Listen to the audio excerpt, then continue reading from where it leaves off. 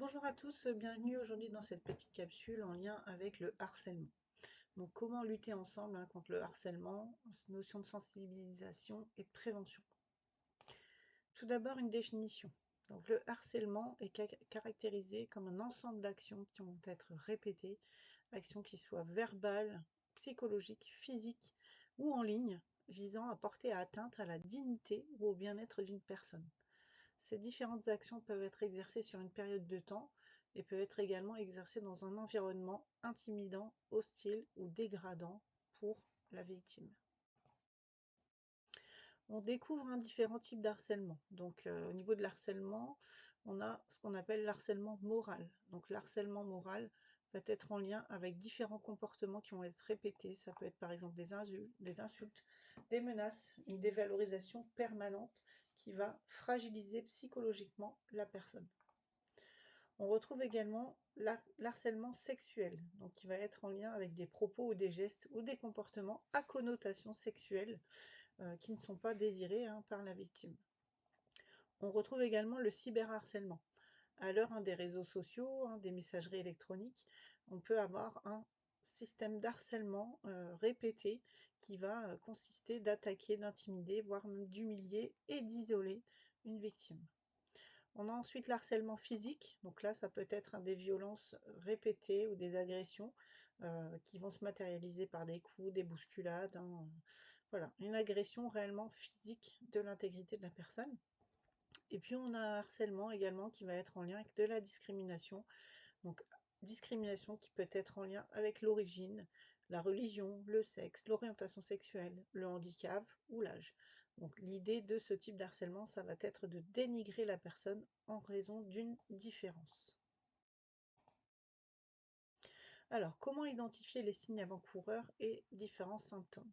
Alors, c'est pas toujours évident, puisqu'effectivement, en général, la personne harcelée pourrait être dans un état où elle va s'isoler, va se couper un petit peu du monde, va être un petit peu agressive éventuellement, ou peut avoir, à contrario, un comportement totalement identique à ce qu'elle est habituellement. Donc, le harcèlement va pouvoir affecter parfois l'état émotionnel et psychologique de la personne, et ça peut se traduire parfois par de l'anxiété, par une perte de confiance en soi, par un isolement social, par de la dépression et par un sentiment d'hypervigilance. Mais gardez-vous bien en tête qu'il peut aussi également ne rien avoir de ces signes avant-coureurs et rien ne peut laisser transparaître en fait un état d'harcèlement. Au niveau des signes physiques, on peut retrouver de la fatigue chronique, des troubles du sommeil, des maux de tête et des migraines récurrentes, des troubles alimentaires et des douleurs musculaires. Au niveau de l'altération du comportement, donc une personne harcelée pourrait avoir par exemple des comportements agressifs ou irritables, avoir un repli sur soi, avoir une chute de performance dans ses résultats, qu'ils soient professionnels, scolaires ou sportifs par exemple. Il peut y avoir également des absences plus fréquentes ou des retards fréquents. Voilà. Mais encore une fois, gardez à l'esprit que le harcèlement peut se manifester et se laisser transparaître à partir d'une altération de comportement ou, à contrario, pas du tout, ne démontrer aucun signe. Et c'est ce qui est un petit peu difficile justement dans la notion de harcèlement. Alors, il peut y avoir également des signes relationnels. Donc, la victime qui est en proie à des émotions intenses peut se disputer facilement, se brouiller avec ses proches, être irritable, être irascible, et elle-même ne comprend pas forcément la situation. Elle peut se détacher complètement de son entourage, se sentant complètement incomprise et sous l'emprise de cette situation de harcèlement. Alors, que pensez-vous des rôles du partie prenante, à votre avis? Que pensez-vous du rôle des témoins? Est-ce que le témoin peut intervenir directement? Est-ce qu'il ne doit rien faire? Est-ce qu'il a un rôle d'alerte? Alors, à votre avis? Bah, le rôle des témoins, c'est de comprendre que chaque inaction peut renforcer le harcèlement. Donc, sans se mettre en danger, il est important de pouvoir, en tant que témoin, alerter une autorité compétente, que ce soit un enseignant, un manager, un service de sécurité, d'offrir son soutien à la victime après l'incident, essayer de lui apporter une écoute active, un encouragement, du dialogue, Essayez de dénoncer également le harcèlement de manière anonyme, de manière à ce qu'il y ait des mécanismes de signalement adaptés, et de ne pas vous mettre en danger. La responsabilité des institutions. Donc au niveau des écoles, hein, on a la responsabilité des écoles qui va être de mettre en place des règlements clairs contre le harcèlement avec des sanctions qui vont être explicites. Les établissements vont également mettre en place des environnements éducatifs, des actions de sensibilisation auprès des jeunes. Au niveau des entreprises, de la même manière, les employeurs doivent mettre en place des politiques anti-harcèlement claires dans leur règlement intérieur. Elles doivent également sensibiliser les managers, hein, au management bienveillant par exemple, et pratiquer l'écoute active, hein, dans le cadre par exemple des entretiens individuels, des entretiens professionnels avec les salariés, pour essayer de déceler ces situations de harcèlement. Et puis on a également des plateformes en ligne qui peuvent être équipées de mécanismes, au niveau des modérations. Je pense notamment au niveau des réseaux sociaux où vous avez normalement sur chaque groupe un modérateur, un contributeur qui va être chargé de justement faire un petit peu le point sur les différents postes qui peuvent être indiqués. Les victimes, ce qu'il faut savoir, c'est qu'au niveau des victimes, elles ont des droits. Donc, par rapport au harcèlement moral et sexuel, le harcèlement moral est punissable de 2 ans d'emprisonnement et 30 000 € d'amende. Le harcèlement sexuel est punissable de 3 ans d'emprisonnement et 45 000 € d'amende. Et au niveau des recours juridiques, les victimes peuvent porter plainte auprès des forces de l'ordre.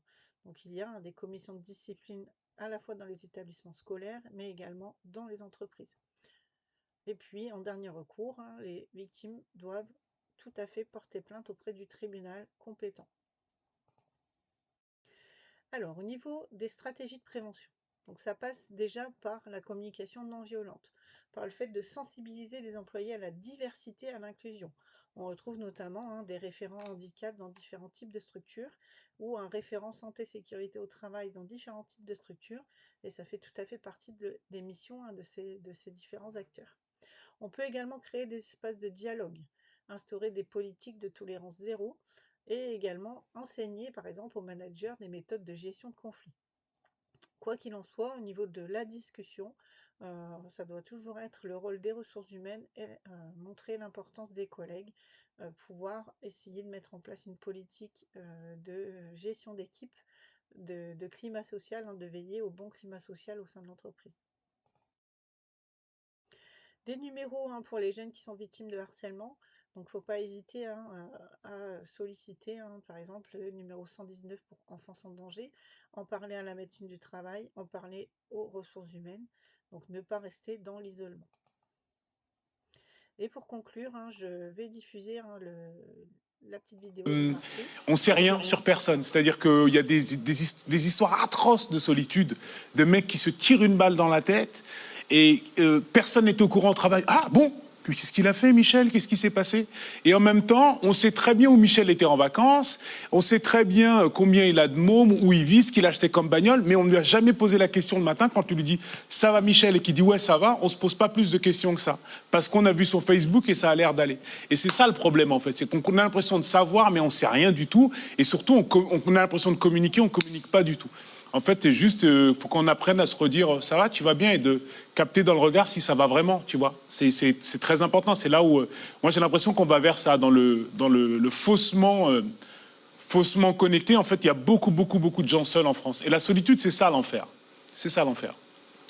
Tu es Donc voilà, hein, ne pas rester dans l'isolement, ne pas rester dans la solitude et toujours, voilà, essayer de trouver sa lumière, hein, au bout du tunnel.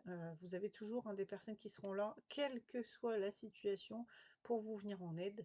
Euh, et voilà, ne pas penser qu'on est dans une situation enfermée qui ne pourra jamais s'arranger. Après la pluie vient toujours le beau temps. Voilà, je vous remercie.